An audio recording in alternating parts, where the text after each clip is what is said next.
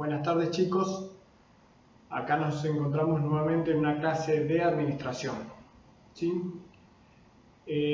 Habíamos visto o estamos analizando la unidad número 2 en la que hablamos de contexto. En el contexto habíamos analizado hasta macroentorno. Y una aclaración que les quiero hacer que me consultaban los chicos de la tarde es sobre qué deben colocar cuando la misma afirmación presta, ¿sí?, a la confusión, o podríamos decir habría dos o hay dos respuestas correctas.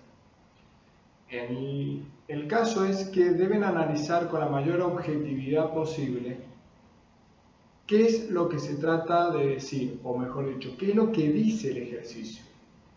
Hay algunas noticias, algunas oraciones que vamos a analizar en donde uno puede ir un poco más allá de lo que dice. Por ejemplo, en el caso del práctico que hicimos los otros días, que tenían que entregar, había una oración que hablaba de los cambios de los clientes que tendían a comprar en supermercados mayoristas y dejaban de consumir o dejan de comprar en los supermercados minoristas.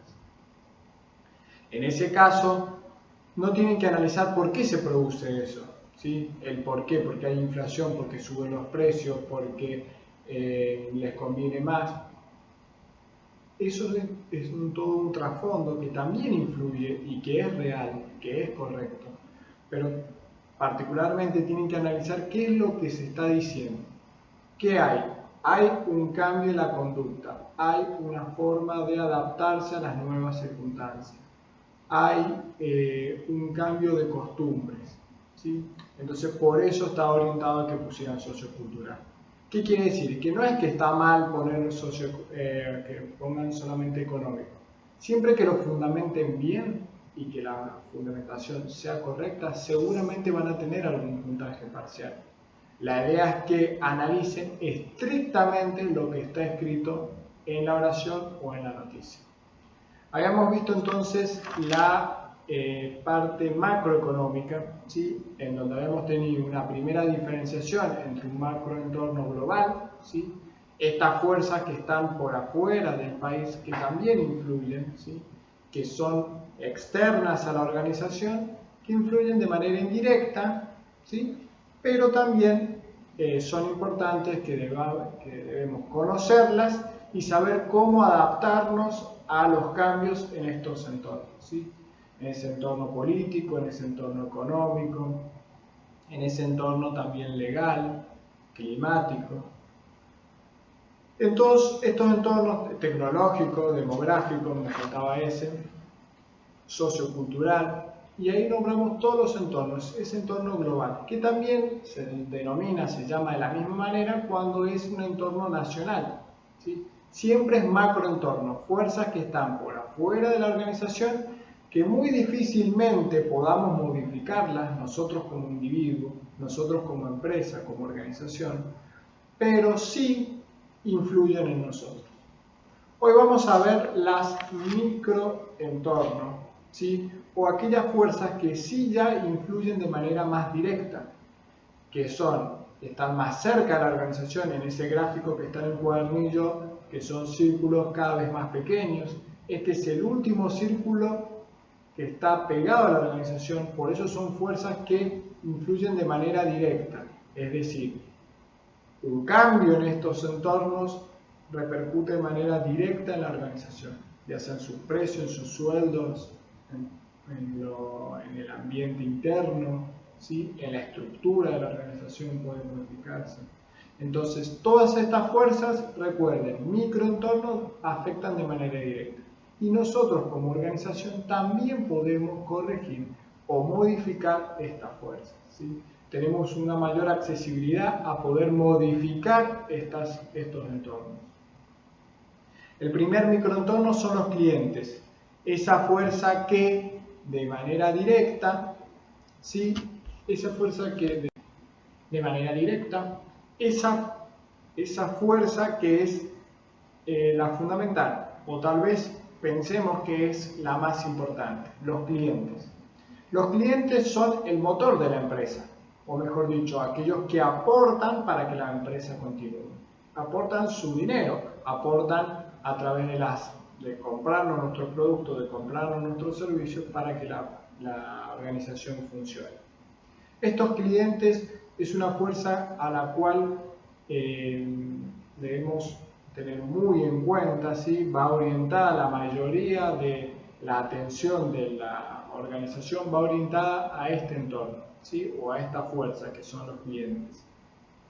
Son aquellos individuos, los consumidores, que pueden ser o se pueden dividir en dos grupos, en un cliente empresa o en un cliente individuo, ¿sí? En un cliente que compra unilateralmente nuestro producto o en los casos que compra nuestro producto para después poder revenderlo, ¿sí?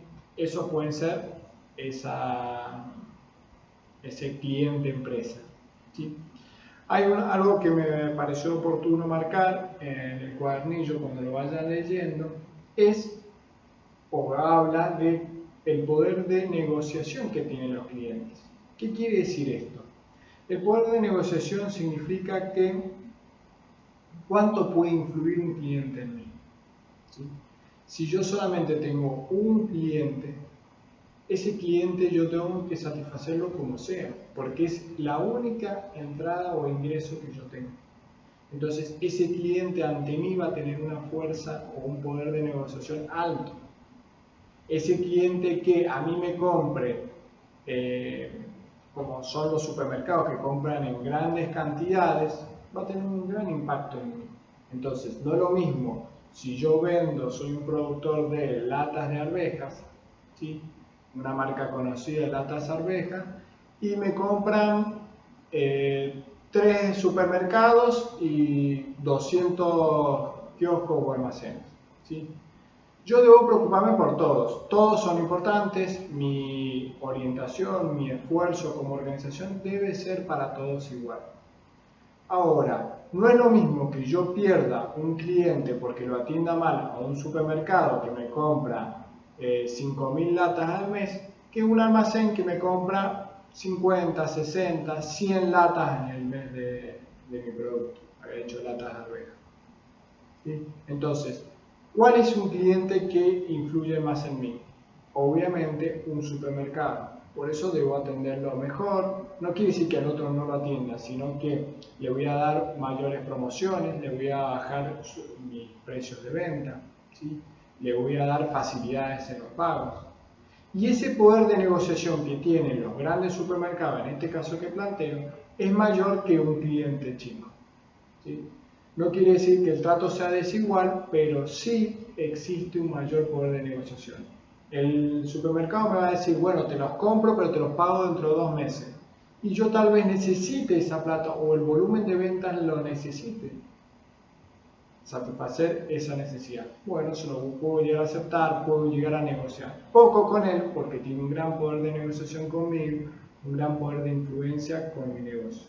Que si el cliente más chico, un negocio más chico, me pide una mayor financiación y tal vez yo pueda discutirlo más. No porque lo quiera perder, sino porque tiene menor influencia en mí, ¿sí? O su compra, es decir, mi venta como organización, influye menos que la venta hacia un supermercado. Entonces, un poco es eso también para que lo analicen, para que lo vean, para que lo lean y si tienen dudas también me lo pregunten. Por el otro lado está el caso de que existe un solo negocio, ¿sí? Que venda un producto, un monopolio. El monopolio tiene un montón de clientes y al ser uno de los pocos negocios, no necesariamente tienen que ser uno, pero si existen 2 negocios que venden, no sé, mesa de madera, porque lo que veo acá, mesa de madera de cierto estilo que es muy convencional, ¿sí? Madera de roble, vamos a decir algo, no tengo una madera de roble. Este que es un producto o tengo un monopolio, ¿sí? O existen 2 empresas por lo menos, pero yo soy la empresa más importante, al tener esta importancia, tal vez los clientes vengan a negociar conmigo. pero yo tengo un mayor poder para poder negociar con ellos que ellos conmigo. ¿Sí? ¿Me explico? Yo, es como decir, tengo una estructura, tengo mi organización, soy uno de los pocos que vende este producto, entonces voy a establecer yo las condiciones de venta o los precios a los que voy a vender, o las cantidades que estoy dispuesto a vender. Antes que, por más de que vengan 1, 2, 3, 100 clientes a hacerlo, soy el único que lo produce o soy uno de los pocos que lo produce. Tengo mayor poder de negociación como organización que mis clientes hacia mí. Ese es un poco también los dos puntos de vista en base a esta fuerza que son los clientes. Luego tenemos otra fuerza importante que son los competidores.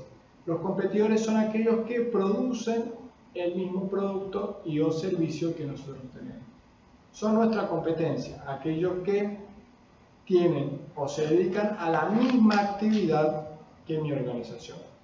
Y para este caso hay 3 subclasificaciones. Los competidores actuales, aquellos que intentan satisfacer la misma necesidad que nosotros, ¿sí? Que nuestra organización. Esos son aquellos a los cuales tenemos que tener mucha atención si largan alguna promoción, si suben los precios, si bajan los precios. Tiene mayor influencia a mi organización en el día de hoy. Luego están los competidores sustitutos, aquellos que tienen la misma organización, ¿sí? O brindan el mismo servicio, tienen el mismo producto, ¿sí? En el anterior, los competidores actuales habla de productos o servicios similares, ¿sí? Intentan satisfacer la misma necesidad, pero tienen productos similares. En el caso de los competidores sustitutos, tienen el mismo producto, ¿sí? El mismo producto con otra marca. Por eso son sustitutos, un poco relacionado a lo que veíamos en economía. Es el mismo producto, la misma necesidad, pero con marcas distintas, ¿sí? Acá dan el ejemplo de... acá habla el ejemplo siempre de la bodega Vinor, ¿sí? Dice, en el caso de la bodega Boutique, se puede citar como competidor sustituto dentro del segmento más joven, el Fernet y la cerveza, ¿sí? Entonces, ¿por qué? Porque el vino, ¿sí? Intenta, o es una bebida con alcohol, entonces las otras bebidas con alcohol dentro del sector, siempre segmentando el mercado joven, los competidores sustitutos son aquellos que dan ese mismo producto, una bebida con alcohol.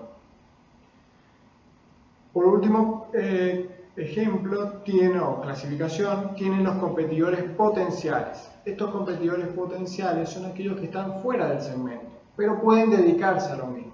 Es decir, vamos a nuestro caso de la bodega, una empresa que no produce ventas o no produce productos que tienen alcohol, ¿sí? Bebidas con alcohol, pero sí producen otro producto alimenticio. Producen, digamos, no vamos a decir galletas, pero sí producen otro producto alimenticio y pueden dedicarse a este rubro y pueden entrar a este rubro. En menor escala, lanzando un producto auxiliar, somos una empresa que produce sodas, ¿sí? No es un competidor actual, si bien es una bebida, podría llegar hasta ser complementario, pero si esta negocio, esta organización de soda quiere y fomenta un nuevo producto o larga un nuevo producto que es una bebida alcohólica, puede llegar a ser un competidor actual o un competidor sustituto. Entonces, estos competidores potenciales son aquellos que no están en el mercado, no están en nuestro segmento, pero pueden llegar a ingresar a competir con nuestra empresa. Luego está por tercera fuerza del microentorno, los proveedores. ¿Quiénes son aquellos nuestros proveedores? Los que ya tienen economía en la escuela, estas palabras o estos términos son más familiares, pero hay gente que no sabe qué es un proveedor. El proveedor es aquel que trae nuestro mercado, ¿sí? Nuestros productos, aquel que nos vende a nosotros para que después nosotros podamos revender, aquel que nos da la materia prima para que podamos elaborar el producto y lo podamos vender. Un proveedor de algún servicio, Si yo necesito trabajar con internet, ese es también un proveedor mío. Si yo necesito agua, luz en mi fábrica, en mi organización, también existen proveedores de servicio. Estos proveedores son aquellos que nos dan la materia prima, que nos dan los productos que luego vamos a vender. Es el mismo poder de negociación que en el caso de los clientes, porque nosotros que le estamos comprando a nuestro proveedor, para nuestro proveedor somos un cliente. Entonces, esto que ahora explicábamos anteriormente del poder de negociación se aplica en el mismo caso, pero en la otra etapa, podríamos decir, del producto con los proveedores. ¿Qué me conviene a mí tener? ¿1 o 5 proveedores? Me conviene tener siempre más proveedores. ¿Por qué? Porque yo puedo ir negociando. ¿Sí? Yo soy una fábrica de medias, ¿sí? O de calzado, de indumentaria. Y en vez de comprarle, soy un productor, en vez de comprarle tela a un solo negocio, a un solo proveedor, tengo 5 posibles proveedores. Bueno, yo puedo decir, mira, el proveedor A me hizo una rebaja, el proveedor B me dejó pagar a 60 días, el proveedor C no me dejó pagar nada, o sea, no me dio ninguna alternativa. El proveedor D, si le compraba de contado, me hacía un descuento. Entonces, mientras yo mayor posibilidades tenga, mientras yo mayor posibilidades de tener proveedores o ver que sean de la misma calidad, porque también los mismos proveedores me pueden dar de distintas calidades, mientras yo mayores tenga de buena calidad, es mi poder de negociación. Y el caso contrario es también cuando existe un solo proveedor, que sí o sí le tengo que comprar. Es el único que produce este insumo que necesito para mi producto. Obviamente lo que me diga ese proveedor lo voy a tener que pagar de la forma que él quiera. Pierdo o tengo poco poder de negociación con ese proveedor. Por otro lado, por último, están como fuerza de microentorno los públicos de interés, ¿sí? O los stakeholders. No me van a repetirlo muchas veces ese término. Los stakeholders son aquellos que necesitan o son ese público de interés, necesitan nuestro producto, necesitan, mejor dicho, requieren de información de nuestra organización. Requieren de información, por ejemplo, los financieros, nuestros bancos nos piden cómo estás cumpliendo con tus créditos, si necesitas un préstamo, si necesitas mayor plazo de negociación. Los bancos, las entidades financieras, las casas de inversión en nombre del cuadernillo, son uno de estos públicos de interés financieros. Los medios de comunicación, aquellos que, de acuerdo a cómo nos comportemos, van a formar opinión.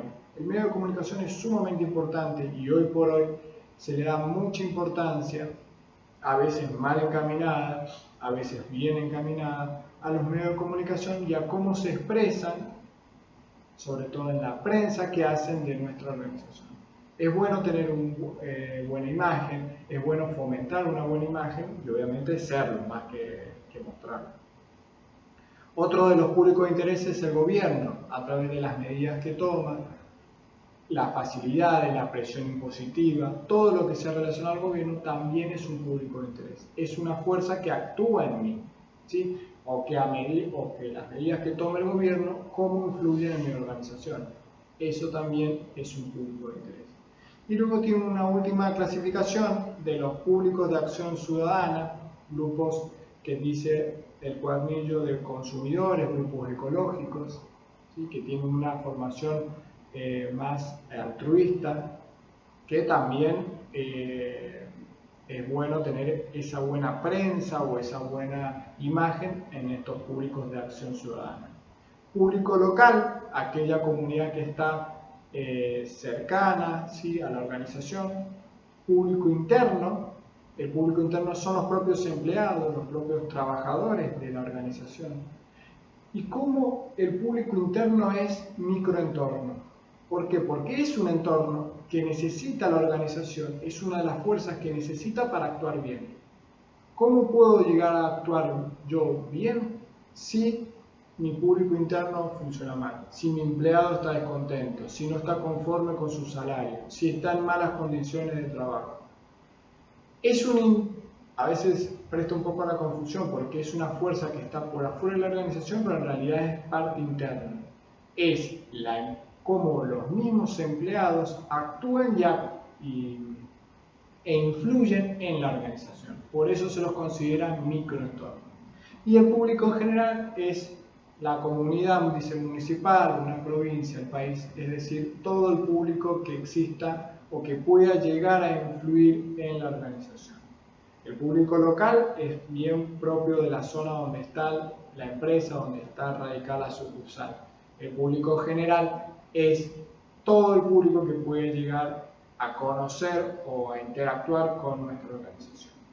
Es importante lo que yo tengo en la página 41, que lean, está muy claro y muy bien ejemplificado el público de interés referido a la bodega Vinol. ¿Sí? Si alguno necesita alguna ayuda, no entiende este tema, pregunte. Esto es otro de los ejercicios que toman muy seguido, sobre todo esto, el público de interés. ¿Sí? Porque es no difícil de clasificar, pero sí un poco más complejo, un poco más difícil de diferenciar o a veces difícil de justificar. Con esto terminaríamos lo que es la unidad 2, la parte teórica, la parte del contexto. Importante para que vean, para que hagan las actividades de la página del ejercicio número 2, es decir, todas las actividades de la parte de contexto. ¿Sí? Háganlas para la clase que viene. En la próxima clase vamos a resolver en conjunto estos ejercicios. ¿Sí? Vean sus dudas específicas, ¿sí? Y lo que necesiten, siempre les recuerdo, usen el horario de consulta. El horario de consulta de los jueves, turno tarde de 5 a 7 y de 7 a 9 el turno noche. Hasta la semana que viene, nos vemos en la próxima clase.